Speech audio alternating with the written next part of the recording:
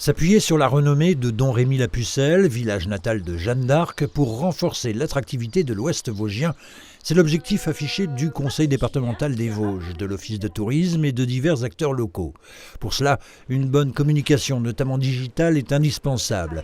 Le web et les réseaux sociaux, bien sûr, mais également l'application collaborative nancéenne et nous, ainsi que 3 nouvelles vitrines numériques à la Maison du tourisme de Neufchâteau, à Domrémy et à Grand. Qui permettront aux touristes d'avoir une information 7 jours sur 7. Alors, je ne vais pas dire 24 sur 24 parce que la vitrine est éteinte de 23h à 6h le matin, mais quasi 24 sur 24. Quoi. Mais au-delà de la communication faite sur l'Ouest vosgien, pour se démarquer et pérenniser son activité, le département joue la carte de la nature et des sports en extérieur. Vélo, randonnée et ski. Le tout via des spots publicitaires d'ampleur nationale et des marques vosgiennes qui prennent de l'envergure. Je crois qu'on a une carte à jouer par rapport à l'avenir. Les gens veulent plus de nature, ils veulent revenir surtout sur les lieux français.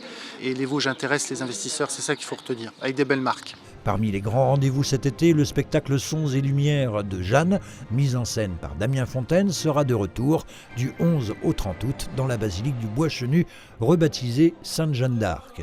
Mais l'Ouest vosgien regorge d'autres pépites touristiques. Qui sont naturels, qui sont le vélo. Je reviens sur le vélo parce que c'est un des grands axes de développement pour le territoire également, la partie cyclo, et avec des visites guidées sur la vieille ville de Neufchâteau, des visites guidées du prieuré de Châtenois, des sites aussi familiales comme le fort de Bourg-les-Monts. En matière de patrimoine historique, les vestiges de la cité gallo-romaine de Grand attirent toujours autant de monde, en moyenne 20 000 visiteurs par an.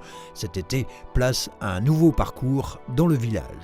Alors, outre de découvrir l'amphithéâtre et la mosaïque, c'est aussi de découvrir finalement des vestiges qu'on ne voit plus trop à l'œil nu. Et donc, avec des panneaux, on explique plus en détail l'histoire du village de Grand. Réunis début mai au centre d'interprétation de Domrémy-la-Pucelle, les acteurs du territoire ont lancé la saison touristique 2022 tout en faisant le bilan de la précédente. Quelques 7000 visiteurs accueillis par l'Office du tourisme. Prochain rendez-vous le samedi 4 juin à Soulos sous Saint-Elof où le club vosgien célébrera ses 150 ans.